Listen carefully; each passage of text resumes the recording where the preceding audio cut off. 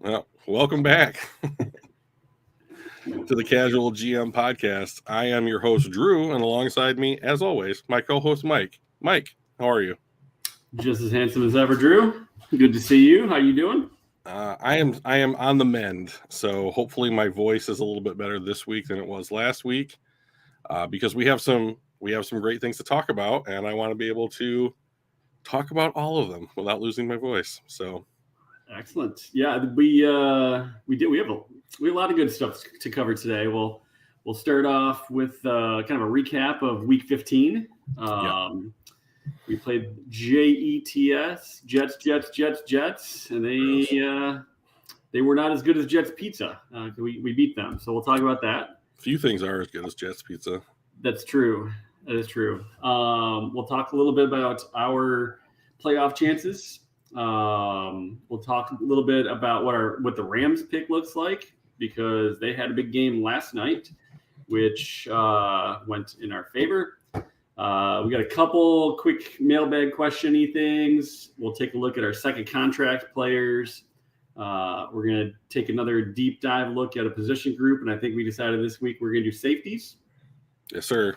And yeah, so I guess let's get to it. Let's talk Week 15, Yeah. 20-17. Yeah. The Jets are one of my least favorite teams in the NFL.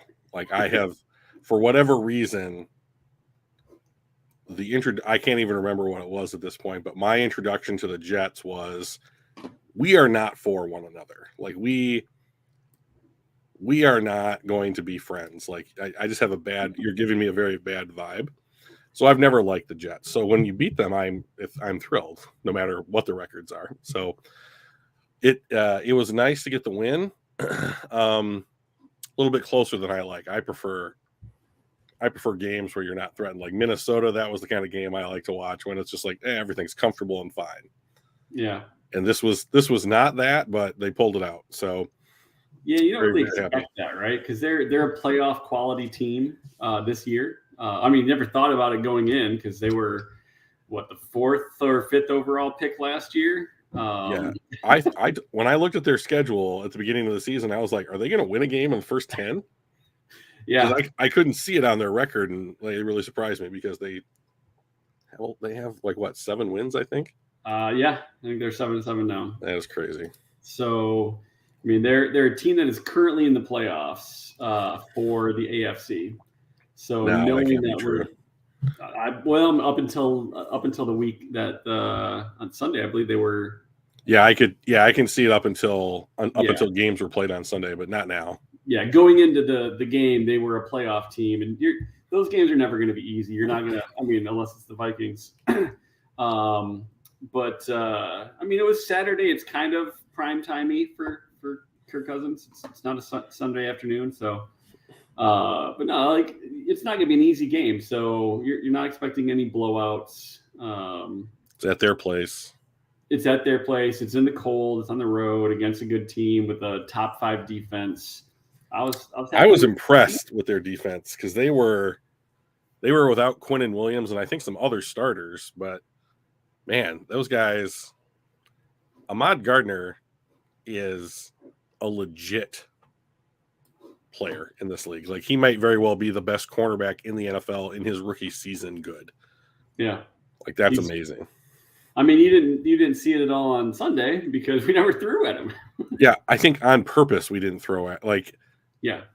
And he actually came out on Twitter and said something like he was a little bit frustrated that Lions never threw at him, but like if you're a team like the Jets or anybody who takes a cornerback, especially like at number 4, in the draft, and it's like teams won't even throw at you, like you don't accumulate any kind of stats, like you can't get interceptions, pass breakups, all that kind of stuff, right? But like that is the goal. Like if you draft a corner, you're drafting a guy that's like, we won't even attempt to throw it your way. That's a win. You're cutting the field in half. Yeah. With one player. That's amazing. Yeah, and I think a lot of that he ended up being on the guys that were downfield more. And we specifically took that away. Goff had 3 passes with air yards over 10 yards. Did he complete any of He those? didn't get them. He was 0 for 3 in those, including Correct. a wildly underthrown sure touchdown pass with Jameson Williams. But under 10 yards, he was solid. He hit people when we needed to. But that pass to Jameson. So, I look back at the game, and you're like, all right, he played well enough to win. And I'm like, that's accurate. We won, and he played. So he played well enough for the Lions to win. But when you look at that, how we had to win, we had to come back with 2.5 minutes left, 3 minutes left, or whatever, and it's 4th and 1. It was a beautifully designed play with, I think it was trips off to the right, and we had Brock Wright on the line, and he jammed his guy, just a really good, essentially a fake block, right? And then he squirts out to the left where nobody is on that entire side of the field, catches a little dump pass for 3 yards, and then takes it the additional 48 yards for a touchdown. That was our winning play. If he drops that, if they sniff it out and they knock it down, I mean, that's a loss. And as much as that one play was why we lost or why we won, if that one play didn't go the way we wanted it to, I look back at that wide open pass to Jameson Williams as the reason why we would have lost. I mean, there's 70 plays on offense for each team or so, but that is, to me, I want a guy that's going to make that play most of the time, not miss that play most of the time. Yeah, so I was listening to a podcast this weekend after the games, and they were talking about, and I'm probably not going to be able to remember this exactly how they said it, but they were talking about what quarterbacks bring to a team, right? And so it's like what is the difference? What is the difference between doing something and making it easy or doing something and making it valuable? Yeah. Which are terms that I've never really thought about when it comes to the position. So Jalen Hurts is a good example of this. He doesn't do no one's going to say that he's a quarterback on par with a Joe Burrow, Justin Herbert, Patrick Mahomes kind of player, because he can't do the things that they do in the passing game, but that doesn't mean that he doesn't do something that is valuable, like his ability to run and make plays outside of structure, right? That is a valuable thing, even though it is not something that the offense necessarily is calling up in the huddle, right? Yeah. And then there's the quarterbacks that do things inside of structure and are so good at that they make it easy. Somebody we recently played the Bills, right? And so at the end of the game, there's 23 seconds left, and in one play, Josh Allen gets them down to field goal range, right? He has the capability to make something difficult like that situation into something that is easy. And so my issue that I take with Jared Goff, and which is exemplified by this play to Jameson Williams that wasn't executed, is that he does neither of those things. So that was a clean pocket. He stepped up. He put the ball 50 yards in the air, and it was still short. So we just can't have that. I mean, Jameson Williams, DJ Reed, who was the guy that was on Jameson Williams in that play, is an excellent corner and is playing very well this year.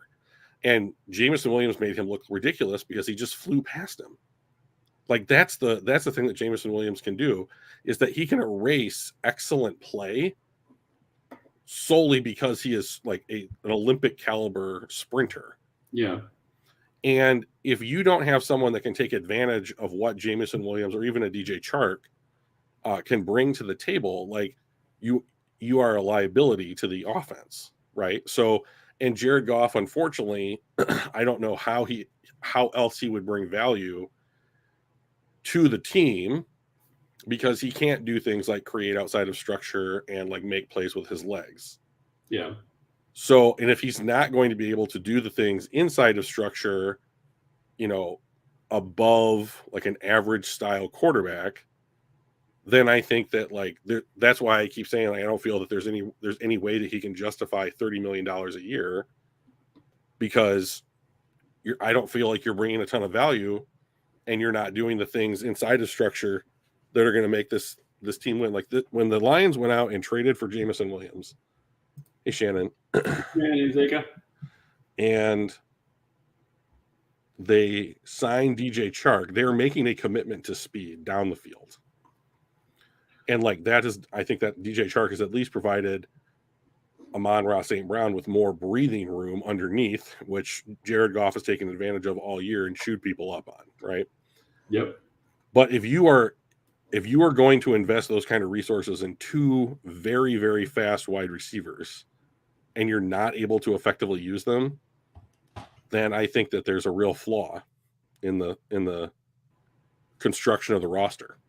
Yeah. Well, like, even if I mean, he threw the ball a long ways in the air, and it was short. But to me, one of the other things that I think he struggles with is seeing those plays develop earlier in the play. Yeah, he needs to be 1 second quicker, right? Or a tenth of a second quicker, right? Yeah, if he just sees that, one pump of the ball a little bit quicker, he throws the ball. He can throw the exact same length, but if he throws it a second quicker, because he saw the play developing, it's on stride. Right. And he's struggled with that his whole career with Detroit. He struggled with that even in LA. So I recently watched a YouTube channel called the QB School, which is put on by JT O'Sullivan, a former quarterback. Mm-hmm. And he broke down the Jets game, and it's basically like he highlighted some things that he always highlights something that the quarterback does well and then needs to improve upon. Mm-hmm. And like the thing I came away with from that one source on Jared Goff is it's like you have to have play action work for you, so that you're able to go through and like buy yourself that moment's additional time in order for you to A, make the right decision, and B, be able to get the ball to where it needs to go. And that was my concern when playing the Jets, was that they were going to play the run really well, which is why I delayed putting my bet on the game off until like almost game time, because I didn't know that if Quinnen Williams was going to play or not, because I think that was the difference in this game. Yeah. But Jared Goff seems to really struggle with pushing the ball down the field and hitting his wide receivers in stride. Like I am so tired of watching him throw the ball a yard behind the wide receiver and them having to like twist back to get it. Yeah. And it cuts off the ability for like things like runs after the play or yards after catch, or some of the bigger plays that might be like beneficial for a team like Detroit to make in a close game on the road, Yeah. So I just the problem that Goff is putting me in is that he is playing well enough to look good. Yeah. Well, he's putting up stats good enough to look good, and the team is winning. Right. The team is winning. He's not like leading the team. He's on a team that won, right? He wasn't the primary driver in our wins, which that's what I want a $30 million player to be, is a primary driver in our wins. I have had the conversation so many times, even since Sunday, where it's like, well, now that you see that Goff has guys around him, right? He's not turning it over, and I think that's the biggest reason why they're winning these games, is that they're like plus 13 in the turnover category in the last 7 weeks or something. That's crazy. Yeah. But like, and we're not good enough where we can overcome even just that one turnover. You have to if they get to the point where they are winning games and they're losing the turnover battle, I would be like, okay, this team is ready to compete with the best in the division, the best in the conference, the best in the NFL. But like, the thing about the Lions wins outside these last 2 weeks is that they've won the turnover battle, I believe, in every game, and that they were the least penalized team in every game. However, they were more penalized against Minnesota. They were more penalized against New York. And like, I believe both of those games were at the opponent's fields, right? Or did we go to Minnesota? Or was that in Detroit? Lions. Minnesota game. Oh, I got it right here. It was at home. Okay, I think that was at home. So like, but against the Jets, they were the more penalized squad. Which, you know, if you win the turnover battle, you can overcome the loss and the penalties. But like, there was a stretch there, like I can't remember what quarter it was in, like the second or third quarter, where they got it down into the red zone, and like I think Swift scored and they called it back. And then Williams ran it in immediately, and then they called it back on holding penalties. And I was like, you guys are killing yourselves. Like, this is the stuff that you can't do. And that's what's killed us in the past too. We would have these opportunities for extending drives, and that holding on third down is 3rd and 17, or 3rd and long or whatever, and then we hit a big play, and nope, there's a holding call, and now it's 3rd and 17, 3rd and 20 or whatever, and then you're just like, bam, then we give us up a sack or something. And thankfully, our offensive line has played really, really well. Yeah, they've been great. They've been great this year. Look at our PFF grades on offense. I like to see our quarterback at number 1, top 5 at least. He's 4th from the bottom. But when I do look at our top 5, I see Sun God, St. Brown. Khalid Raymond had a great game. And then the next 2 are Penei Sewell and Taylor Decker, our tackles, right? That's super important. Frank Ragnow was 6th overall. Like, our line is continuously the key pieces, top 5, top 6 players on our offense. And that's what gives Goff the time in the pocket, the cleanliness of the pocket, where he doesn't have to make plays with his feet. But they're not going to be perfect. And that's where it's going to be a challenge, is when on those plays where they do get somebody by, then we need somebody that can make a play. And I don't want to just like bash Goff. Like he's I kind of do. I mean, like he's a good guy. He's our Walter Payton Man of the Year candidate. Like, but at the same time, like I don't think he's our answer. He's our current situation, and we just need to make do with what we've got. And I think that's what we did this last week. Was we took the decision making out of his hands when it comes to those longer routes where those turnovers can happen. Mm-hmm. We're not going to throw it toward Sauce Gardner. We're not going to throw those longer balls on a defense that's this good. And we're just going to take that out of the game plan and make it short and quick, because he can do the short and quick throws.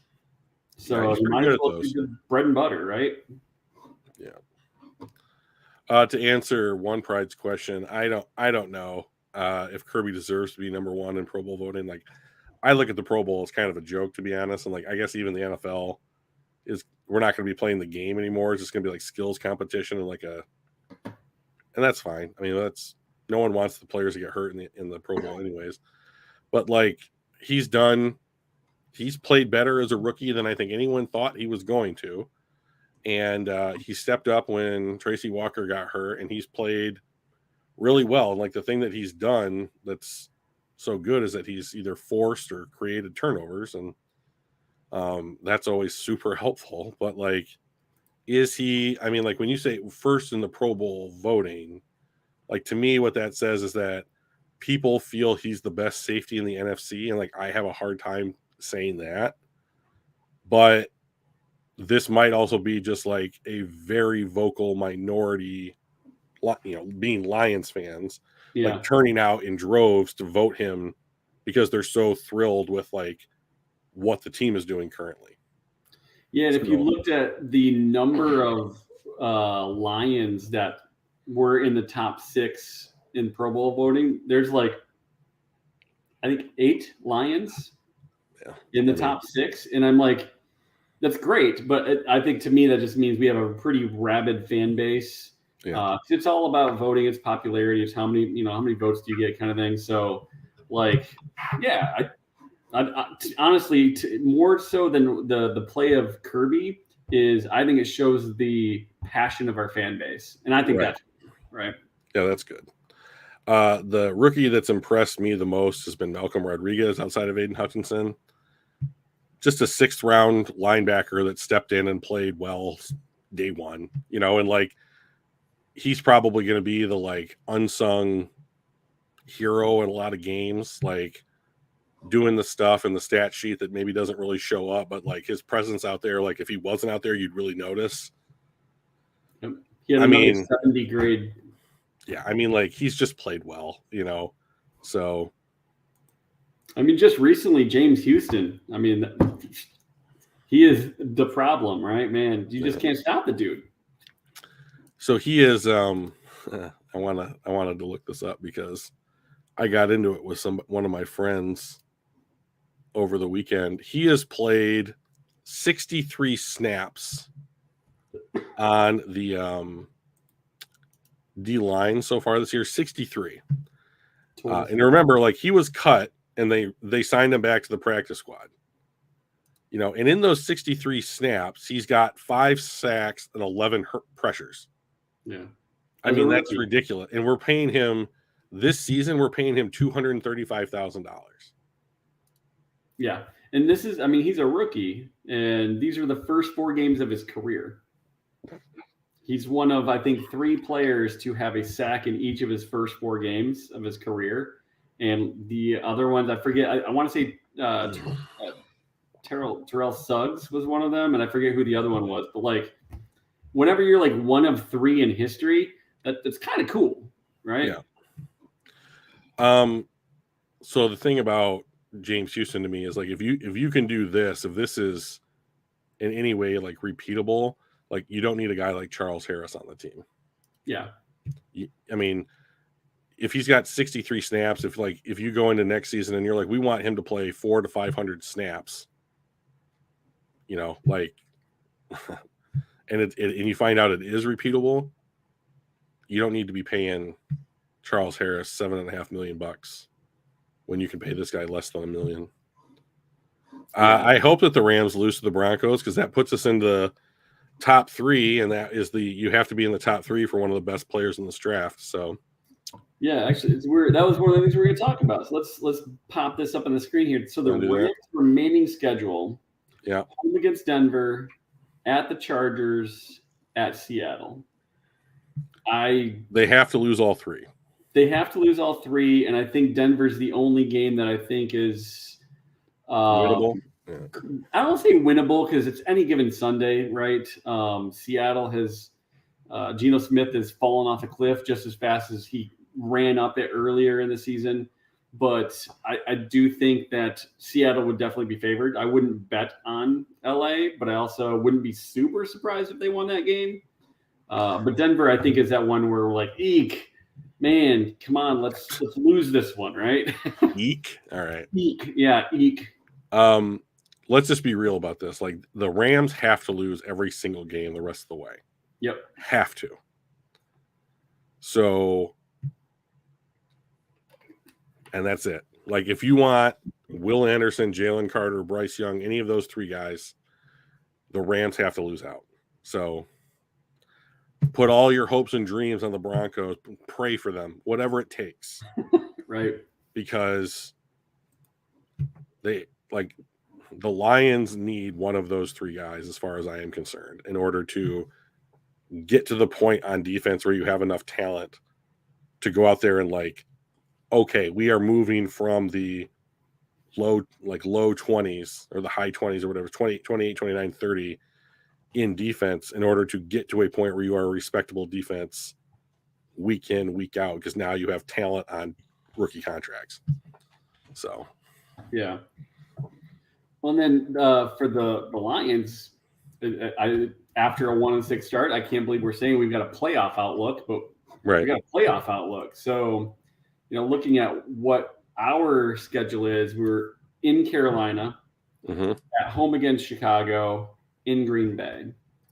And we can, assuming, you know, we take care of business in Carolina this week, we could actually be in the playoffs after this weekend if the Chiefs beat the Seattle and San Francisco beats Washington.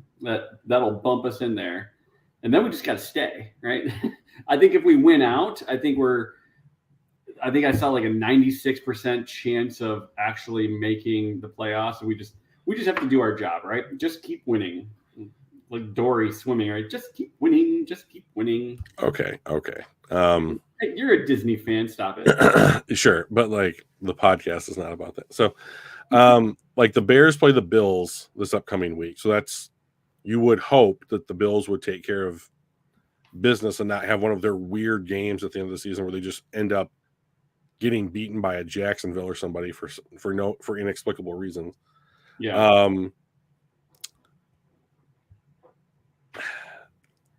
I keep wanting the Lions, like I keep saying to myself in my head, like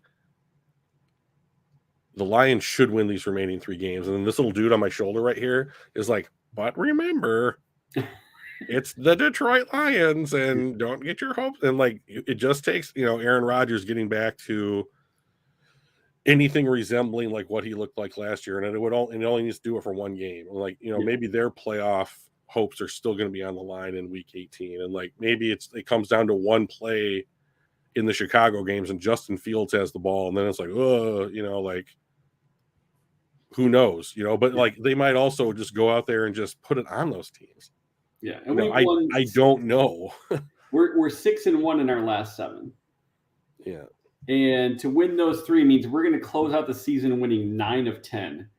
That's a tall order. That's a tall order. So when I see those games, I'm like, yeah, we should beat all those teams.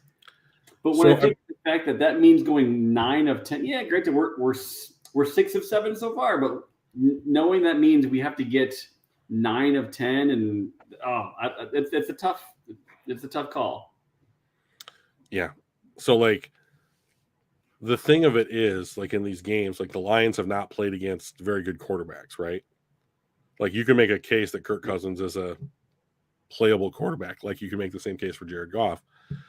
But like Zach Wilson is not a very good quarterback right now. Sam Darnold is not a very good quarterback right now. Like you need to go out and beat those teams. And, but like you're going to be in Carolina, and that's a team who wants to win in the same way that the Lions do. They're going to want to play good defense, not turn the ball over, and they're going to want to run the ball, right? Yep. So like, what is the difference? What? They've got playoff aspirations. That's just so sad. It's absurd to think about with their record, but they do. Like they're not far out of a playoff spot, right? Because they have a chance to win their division because literally no one is separated in that entire division all year. Yeah.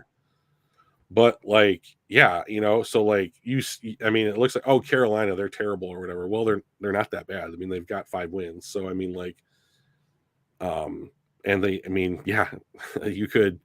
they are legit fighting for a playoff spot. And you're in their building. So the Lions can ill afford to overlook any of these teams, and 2 of these games are on the road. Yep. So to me, if they're going to have a chance at all, they got to get to 9 wins. And 10, I think, would ensure it. So yeah. What was your suggestion? What's that? You would transition Sewell. What does that mean? To center, touch to nose tackle. I think that you have a lot of great ideas, Shannon. This is not one of them. But most of the ideas I have heard from you are really good. But you just keep cut her off of whatever she's drinking. I saw that. You just keep throwing the spaghetti against the wall, and maybe something will stick, okay? No reason to stop throwing out ideas. All right, so let's hit a couple quick mailbag social questions, and then we will take a quick second contract watch. All right. So one of the questions that I got, and we kind of talked a little bit about beforehand, was when was the last time the Lions were 500 with 3 games left, with the opportunity to do that? I did some looking. 2017, we were 7-6, so we were 500 with 3 games left. We went win, lose, win, ended up 9-7 and missed the playoffs. Mm-hmm. If we win out, we're going to be 3 games over 500. The last time we did that was 2014 when we went 11-5, made the playoffs, and got absolutely jobbed by the refs against Dallas, and ended up losing that game. Yeah. But that was a playoff game. So that was a playoff team. And if we can do that this year, I think if we can be 3 games over 500, I think we'll be in the playoffs for the first time in too many years. Yeah, basically, like the Lions, at this point, I think control their own destiny, and they just need to keep winning, like meaningful games. But I mean, like the thing that I don't want to lose sight of is where they have already made it to from where they were last year. Like, right. Last year, you didn't get your first win until week 10. You finished the season with 3 wins, right? And I don't give a shit about the tie. But like only the fact that it hurt our draft position. We ended up getting Hutch anyway, so I'm willing to overlook it. But like this team has already more than doubled their win total from last season. I said at the beginning of the season like 6 wins would be fine for me, right? That shows progress. 3 wins built upon what you did last year. They've won 2 games on the road. They have beaten every other opponent in the division at least once, and you have a chance to sweep the Bears and the Packers. So that is while having originally the beginning of the season, we had the 5th easiest schedule, but I believe at the time we played our games, we have had one of the hardest strength of schedules in the league. So mainly because a lot of those teams that they thought were going to be really bad, like the Jets, ended up being pretty decent. Yeah. So the difference between those 2 stats is one is based upon last year's win totals and one is based on the current year's win totals, and they're both correct. So yeah. Shannon says there is no way we are getting the wild card with 10 wins. We would absolutely get the wild card with 10 wins. Yeah, it's like a 90. If we win our next 3 games, we're at about a 96% chance to make the wild card spot. So basically, all that needs to happen between now, right? Yeah, between now and the end of the season is that they need to finish the season with 2 more wins than the Washington Commanders, and Seattle has to lose again. Yeah, and there's a good chance Seattle's going to lose against the Chiefs this weekend, almost assuredly. I would if I had a gun to my head, I would say I would agree with that assessment. So, Shannon, where are you getting these numbers, man? It's still 4% chance that we don't. I'll take the 96% chance that we do. Yeah, I mean, I've actually been in situations where I had to put my life on a 96% chance of success, and I was like, okay, let's go do it. So Brian 3 Cushion, welcome. I don't recognize that name. Is this Brian Coates? I think it might be, but I'm not really sure. Is that Coates? Is that you? Coates, if it's you, man, I can't wait to play our draft game again at some point here in 6 months from now. It's gonna be awesome. Second contract watch. Yep. So second contract watch. So who? DeAndre Swift, right? Yep. Swift. Let's start with him. And Hawk. Oh wait, never mind. Swift, Okudah. I'm just here to say fuck TJ Hawkinson. I just can't stand the dude. Like, I'm so glad that he's gone. So he's done nothing for the Vikings. DeAndre Swift, I don't understand what's happening. Like, the player that he was at the beginning of the season was completely worth a second contract. I don't understand if it's like he's coming back from injury and he just needs to get healthy, or they've changed like strategy or like wanted to go more by committee and like work Justin Jackson in. But if what he's producing, I'm the guy that followed you. Well, thank you. We really appreciate that. Coaching staff has been impressive, but if you're going to give him a second contract for what he has been over like the last 5 games, I would say no. At least not a top 10 type of contract that he's probably wanting. I mean, like, to me, if you're not able to go out and get what in the 3rd round what he's been doing over the last 5 games, I don't really know. Yeah, how you're assessing. Okay. Like his last, he's been fine. He was a 70 grade this week, which was fine, which was good. Last week was a 54.9, not particularly great. 67, right. 74, 54, 55, 6. I mean, he's been all over. He's been very inconsistent ultimately. Yeah, and so like I mean, once again, like I still don't know if that is due to like recovering from injury or some kind of schematic shift or like a matchup situation, like based on the opponent on a given week or what have you. But like the player that he was in the first 5 games was completely worth it. And the player that he has been since, I would say if you gave him an offer and he turned it down, I would be like, well, we're going to explore other options. Yeah. So he's not a bad player. It's just that like you can't afford to overpay at a position like running back. Yeah, and the way that Jamal Williams has been playing, I mean, he is our clear RB1, right? We didn't think that going into the season, but he's our clear running back 1. The last 2 games haven't been knock your hair back great from him either. I mean, like I think he had, I mean, like whether or not the PFF grade matches up, and like this last week he had like 13 carries for 30 yards, and like yeah, it was against a good run defense in the Jets, but like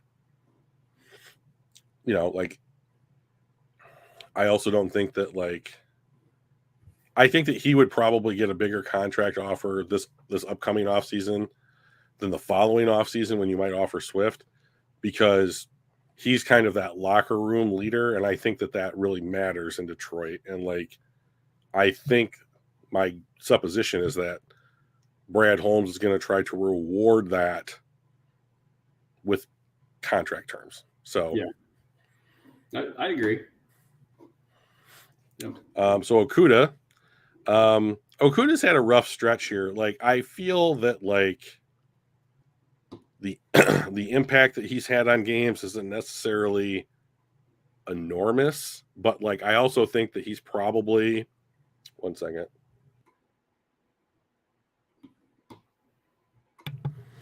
He's probably going to be best suited to be a number 2 corner in their system, and he's the only option at number 1 corner right now. I mean, I like Jerry Jacobs fine, but Jerry Jacobs is just a nice guy.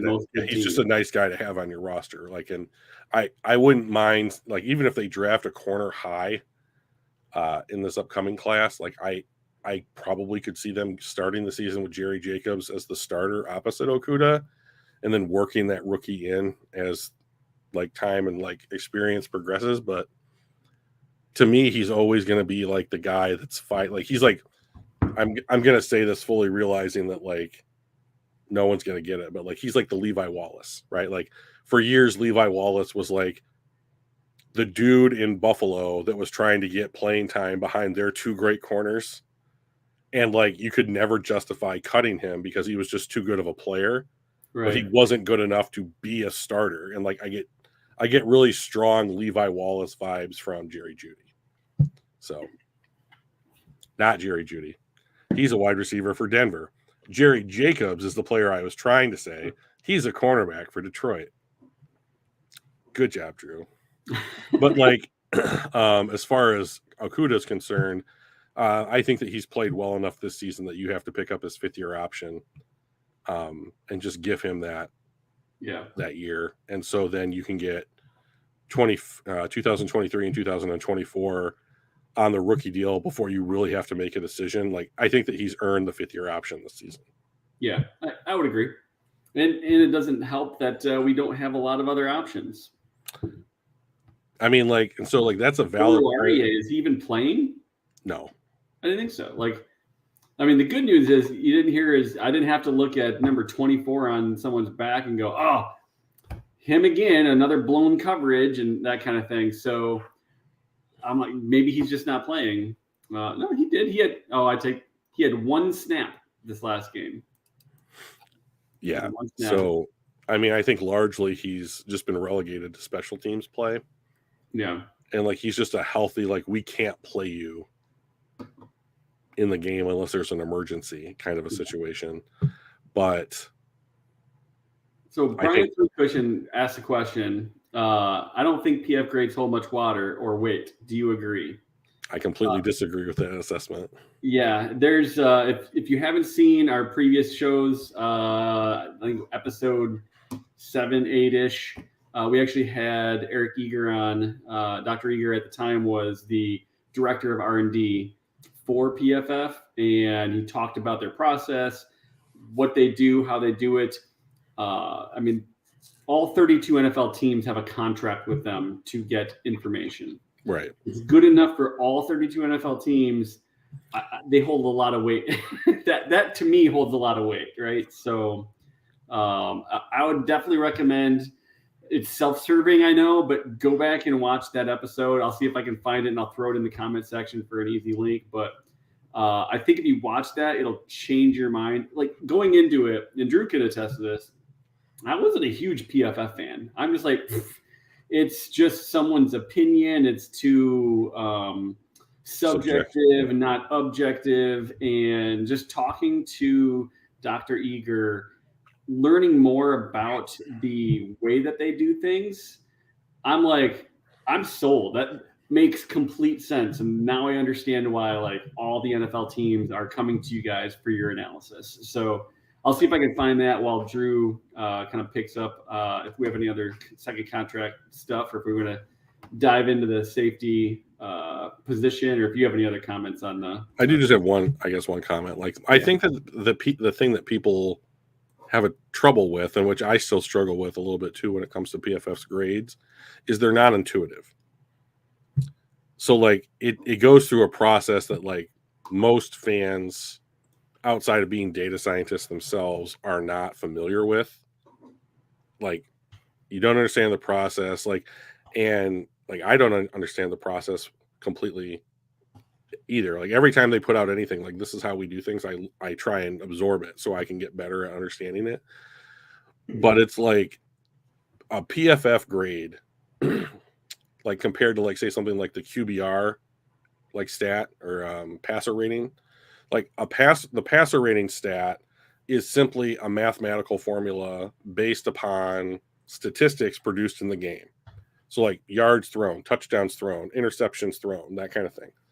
And then like you plug all those numbers in, and like they just get put into as variables into a mathematical formula, and it spits out a passer rating, right? And so like even the passer rating itself, grading wise, is a non-intuitive score, like 153.3 or something like that. Mm. But like, what my point is that like the passer rating statistic or whatever does not take into account like who you're playing, what the conditions were you injured, what is the quality of your opponent, was it outside, was it inside, like what strategy, like what happened, like did you put the ball in the best possible place for your wide receiver to catch it and they dropped it, or did they catch it and you put it down at their feet and got them run over? Like, those things equate to different scores. Like, so what I look at when I look at PFF's grades is I think like this is an approximation of how well that player played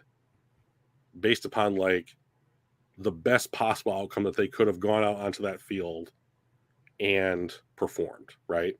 And so like when Goff goes out and has this game against the Jets and he's like, I can't remember what it was, like 23 for 38 for 250, one touchdown and no picks, right?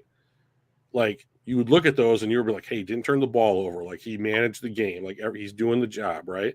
But like when you factor in things like he missed the touchdown pass to Jameson Williams, he's throwing behind his wide receivers, like go back and watch that game and watch how Jared Goff like actually like placed the ball to his wide receivers, and then go and look at his PFF grade, and like then it makes sense, because it's not a metric based upon like stat accumulation. It's a metric based upon like how well they interpret your performance based upon what you should have been able to accomplish in those situations. And so it's tough, but I mean, it is going to be an industry standard. You know, ESPN references them consistently. Like, all media outlets are referencing PFF, and like Football Outsiders, NFL.com's Next Gen Stats. Like, these analytics, like metrics, are going to become the vernacular at some point here in the near future, right? So I'm just on board with it because it's a different way to approach evaluating football, and I find it interesting. So he was not good. Funky actually took me to task in a different chat group the other day because I forgot that he is not a Goff fan, and I do apologize for that. So what did you want to move on to? Safety deep dive. We're Sure. going to take a peek at our current safeties. We're going to take a look at who's up for contract renewals, who's where they're at in their contract, and then what do we do with that group? Do we re-sign some of these guys? Do we focus on it in draft, or do we find a free agent with the money that we're going to free up by cutting Michael Brockers and Romeo Aquara and Charles Harris? So like we will get to all those guys. I do think Brocker. There's no way that Brockers makes the squad next year. But like, can you see my screen? Okay, Mike. I can. Okay, so we're gonna be looking at the safeties, and like here's the 2022 roster. That's what we're watching this year, and then this is the 2023 roster for people who are already under contract. So right now, the only 3 players on the team that play safety that are coming back next year are Tracy Walker, who, according to his Twitter account, is ahead of schedule on his Achilles recovery. We don't know how far, but like that's good to hear. Kirby Joseph, who's on his rookie contract, and Ife Melifonwu, who is also on his rookie contract, but he only gets a handful of snaps a game and has been hurt for quite a long time so far in his young career. So I'm not really counting on him for being another guy outside of like a special teamer. So like to me, if you're looking at starting caliber safeties, we're talking about Tracy Walker coming back from injury and Kirby Joseph.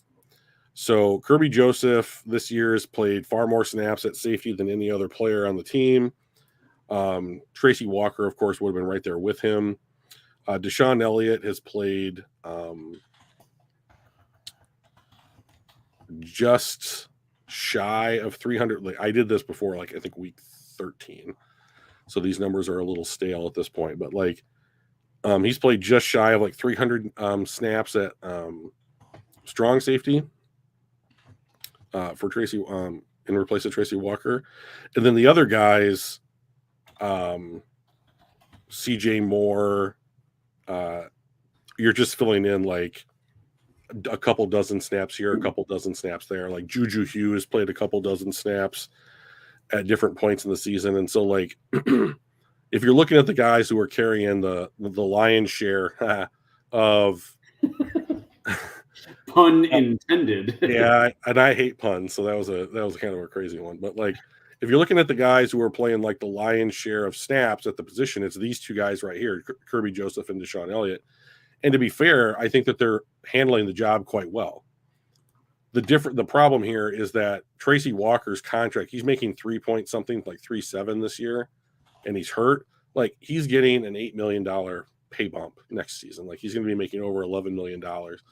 And so if he can go week 1, it's going to be him and Joseph in the backfield. So like to me, the question with what to do at the safety position heading into the 2023 season is what does the depth look like on this team for safety? Well, I think that the questions to ask are, can Melifonwu develop now that he's a full-time safety? That's question number 1. Question number 2 is, do you want to re-sign Deshaun Elliott? Is he willing to re-sign here? What would that cost? And so I don't think this is, are you looking at the over the cap stuff right now? I'm not, but I can bring it up. No. I mean, it's on my screen. Yeah. So let's see if we can find Deshaun Elliott here real quick. No, right now I can just see your Google spreadsheet. Oh, okay. So I'm looking up. Oh, that's because I'm in 2023. 1 second. So Deshaun Elliott, where are you, buddy? There he is. He is making $1.1 million this season to play on this team. And that was coming off of like a bad stint in Baltimore. Like they decided they were going to move on from him. The knock on him is that he gets hurt quite easily. So what to do? Like I think that if you were the Lions and you were to say like, we would like to offer you like a 2-year, $6 million contract to come back, and you would be a backup, assuming that Tracy Walker is ready to go, but like you would be our third safety. I think that would be a fine investment. Just a couple of years, easy money, more than he's making right now, because I think that he's proved it this year. Like he's a good player, solid player. And I think that he's doing what the coaches want, So now, if you don't want to go in that direction and you wanted to find depth in other places, I think that there's a couple things that you could do. So if you want to go into free agency and spend some money, you could be looking at a player like Von Bell from the Cincinnati Bengals. Now, he's more of a strong safety from what I am given to understand. And so I think that if like Walker wasn't ready to go right off the bat, you could say we could sign Von Bell, and maybe that's something like $8, $9, $10 million a year. So a more expensive option, and he would have to be a starter. So to me, then the question would be do you want to go to a 3 safety set so that you can get Walker, Joseph, and Bell on the field all the time? Or are we just looking for depth players? Because if you're just looking for depth players, then you're looking at a guy like Kareem Jackson, maybe bringing back Duran Harmon. Sorry, one second.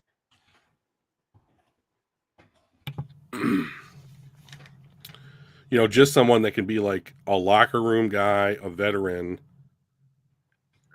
And then, if there is an injury or if the scheme or snap counts demand it, you can bring them in, and they can perform. Say you don't want to go into free agency to sign a safety, even though I do think that's probably the best spot.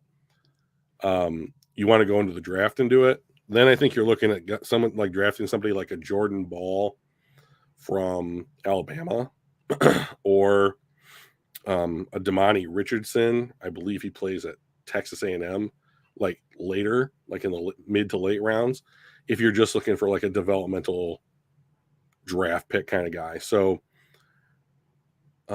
corners and safeties are really deep in the draft this year. Well, so right now they're super deep because we haven't made it through bowl games yet. And so what's happening with quarterbacks in college football right now is you're seeing a lot of them enter the transfer portal to take advantage of their extra years of eligibility that's been granted to them by the NCAA. Right. So they can take advantage of NIL deals. So I'm thinking that the safety class is going to be thinned out relatively solid, because what's going to happen is the guys that are projected to go rounds 1, 2, and 3 are probably going to declare, and the guys that are 4, 5, 6, and 7 are probably going to go back to school. Right. And so you're going to have good top end players as a position, but if you're hoping to pick up a dude like Kirby Joseph, pick 97 or what have you, I think that those guys are going to be harder to find. You might have to start overdrafting some of these positions. And so I think that this will be the year where NIL makes its first real impact on the NFL draft. And it's going to be interesting to watch. So just with my little spreadsheet that I've got here, just to explain the colors, the players in orange are the players that I would be looking to re-sign to a contract next season. And the players that are in blue or teal or whatever you want to call that are players that I think that you could have a conversation about cutting, especially if you wanted to save some money heading into the off season to be able to sign a Von Bell or whomever it might be. Right. So, and the number that say looking at Brocker is that 13.9, is that our cap savings, or is that is what he is going to make next season. So, okay. So for example, let's look at and this might be, yeah. So for the people that are just for the people that are not watching and they're listening, the safeties that you've kind of got listed there, Elliott is a keep. Kirby Joseph's still on his rookie deal, so he's a keep. Melifonwu, Walker, they're still under contract, so they're keeps as well, right? Yeah, and so the basic idea here is if you're already under contract, we're going to keep you. Yeah. And if you're not going to be under contract, like who has played well enough to earn, even a 1 or 2 year deal heading into this offseason, right? So on the linebacker side, I know we haven't gotten there, but you've got Board and Pittman as orange, which is the keep, right? Yeah, I would re-sign them primarily because those two guys are just like key special teamers, and like the Lions have, per PFF, the Lions have the 4th best special teams unit in the NFL. And like I can't overstate enough how much I think that has helped them get to where they are currently on this. What were they? 5 out of their last 6 out of their last 7, something like that. We are 6-1 in our last 7. Yeah, so 6 of the last 7. Yeah, so to me, I would be doing what if like special teams play can be replicated from season to season. I would be looking to keep these guys on the coverage units, Pittman, Board, Woods, that have been making an impact, and like they can be the foundation of like the roster depth, like for this team, and contribute in a meaningful way on special teams. And like one of the things that the Lions have not had under the previous however many general managers is that like rookies haven't stuck on the roster, right? And so like that, when you're constantly having to go to free agency to turn over your roster, you can't build effective depth year to year to year. So this is what I think building depth is looking like for the Lions. Is it's like you signed Chris Board because you weren't sure what your linebacker core was going to look like. You didn't know that Malcolm Rodriguez was going to pop off and be an immediate starter. Like you retained Anthony Pittman for depth purposes, and you knew that he was going to be a good special teamer. Turns out putting them together has really made, the coverage units to be quite exemplary, that kind of thing. So, I mean, like, you got to factor that in when it comes to how are we going to keep this team solid, on a, short-term basis, being 1 year out, or a long-term basis, 2, 3, 4 years out. Yeah, I mean that all makes sense to me. One of the things that Drew and I have talked about is during the season is not really our bread and butter, right? Because when we're really interested in the team building, the roster construction, and weeks 1 through 17 or 18 or whatever, like we're not really constructing rosters a whole lot, especially after trade deadlines and that kind of stuff. So this is all kind of like prepping our brains for, all right, once the season's over, like that's when we start getting into, more of those mock drafts and looking at what free agency looks like and all that. But this kind of gives us an ability to in season kind of take a look, almost like a preview of what we think the offseason might look like. Shannon said something here a minute ago or so. She said pretty subjective and not scientific. What was that in reference to? That was when we were talking about PFF. And that was originally my thought was like, it's very subjective. And I'm more of an objective guy. Like if I'm going to make decisions on something, I want something to be objective. But again, Shan, I don't think she started watching our podcast back when Dr. Eager was on. I would definitely recommend it because that whole conversation turned my way of thinking around like what they do and the value that it brings versus straight objective numbers. Because objective numbers have no context to them. Right. And context is super important in judging the performance and the value of players. So that's one of the things that the PFF does. So anyway, that's what she was referring to, or that was what she had mentioned was during that PFF conversation. Oh, gotcha. So just to answer her question directly, like all numbers and all statistics are subjective in some way, shape, or form. Yes. And so like the subjective argument to me doesn't hold water any longer. But like as far as like scientific is concerned, like football analytics is the frontier of like what it means to be scientific in the sport. So You know, and to me, it's just a better way of looking at football than just like Jared Goff threw for 250 yards and didn't turn the ball over, so he's good. Well, I watched the game and I kept throwing up in my mouth because I was like, can you please just put the ball in front of the wide receiver? Can you just put the ball in front of the wide receiver? Stop putting it behind him. I even made a joke to you at lunch. And I was like, Khalif Raymond is going to get scoliosis because he has to reach back for the ball so many goddamn times, you know, like because Goff cannot put it out in front of him ever. So, yeah.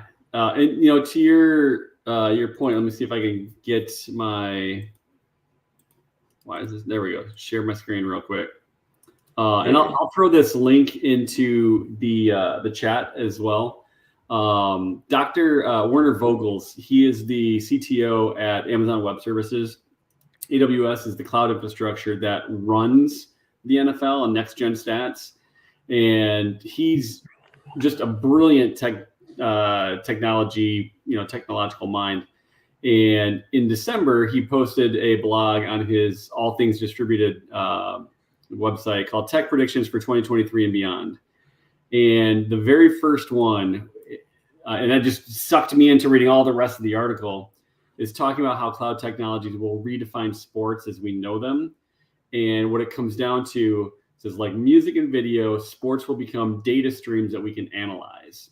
The insights will unlock in the coming years will transform the entire sports industry and redefine what it means to play and experience every single game. Phenomenal article. I'm not going to read the whole thing by any means. I will throw it in the chat. But to your point, Drew, everything is about sports at this point is analytics. And that is scientific. Like the way that PFF does it is in a scientific manner. They do a double blind.